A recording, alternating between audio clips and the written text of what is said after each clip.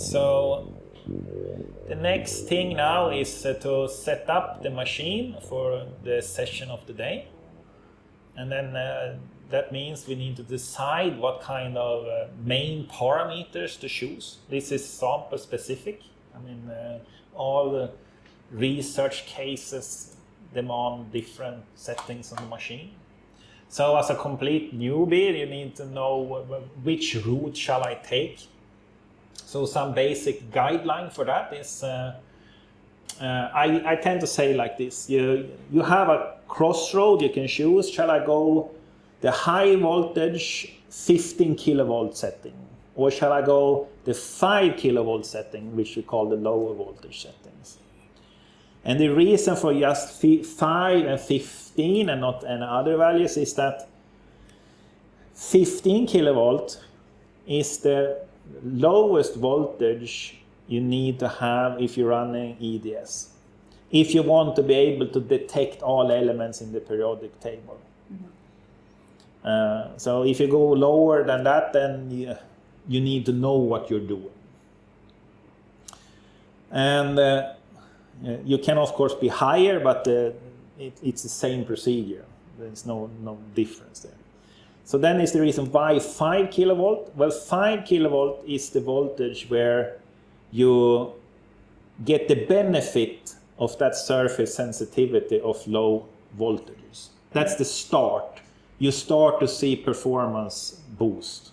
If you want monitoring like surface structures and so on, then you start to get the benefit of low voltage. You want to be even lower, then you will have even higher benefits. But the lower you go below 5, the more user demanding it becomes also for you to configure the system more. It becomes more, what shall I say, sensitive that you actually can operate it in a, what shall I say, quality way. But at 5 kilovolt, it is easy to use as 15 kilovolt. So these are like the two user cases. If you're running EDS or you're working on like metallic alloys and things like that, 15 kilovolts.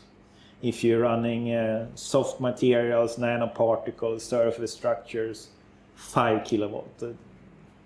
This is like the first decision as a newbie where to start. So later on, when you become more experienced, you start to understand that for your particular sample, a certain voltage is more beneficial and so on. So today, your samples is, I think we run the standard ones that you had here. Okay. I think we run that for today's session. Sure. And that is for the EDS also, I talked that, so then we can get the EDS port into it. Okay. So let's call this an EDS user case. So then we choose 15 kV, so we change the voltage 15 kV.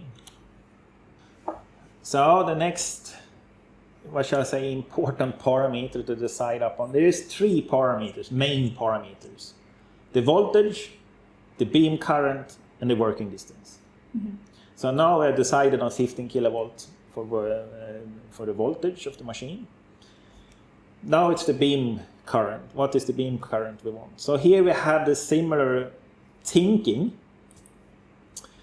If we are in EDS case, as we are today, we need to have a high enough beam current so we will feed the EDS detector with, what shall I say, a high intensity enough of X-ray quantas. Mm. That means we need to be at least 15 or higher. Mm-hmm. So now I think it says 16 there, so I think we can stay on 16. Mm-hmm. But I can talk about the other user case. So if you are in this surface features, nanoparticles user case, EDS is also very, what shall I say, low magnification work. Due to the, what shall I say, physical limitations of the EDS technology itself, you cannot really have high resolution work with EDS. The resolution of this, what shall I say, the analytical volume in EDS is in micrometer scale, not in nanometer scale. So, but if you are in the other case, wanting to study nanoparticles and so on, you want to have high resolution performance. And then beam intensity and resolution tends to go inverse. So you would like to have a very low beam intensity to have high resolution. And also nanoparticles and things can be sensitive, so if you're having a very high beam current, it can be damaging to the sample as well. And one usually divide the beam, on this machine we don't set the beam current in physical units of ampere. We use an index called the beam intensity index. It goes from 1 to 20. And it's not a linear thing. If you go from 10 to 11, it doesn't mean it's 10% more beam current. It perhaps is double the beam current, so it's an exponential scale there.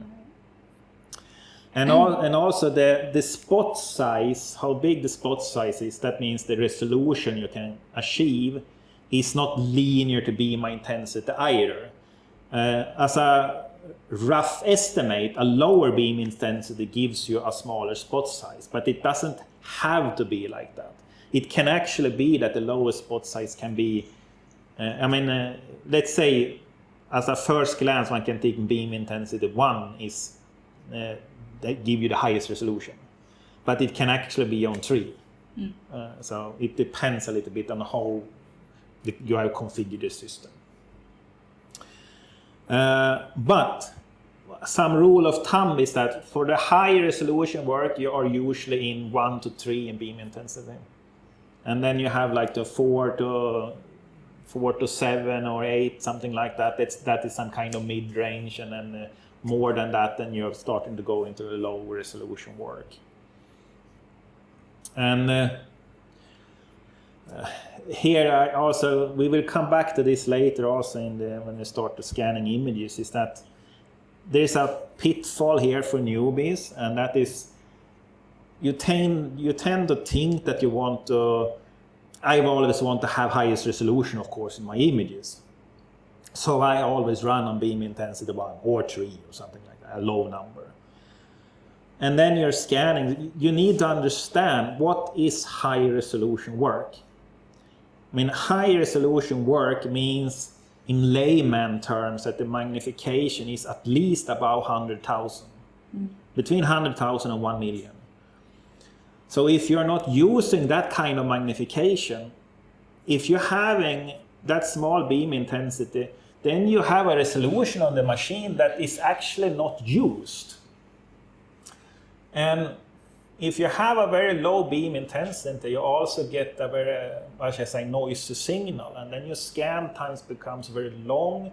It will be hard to, to focus, configure, and calibrate. So everything becomes very tedious also.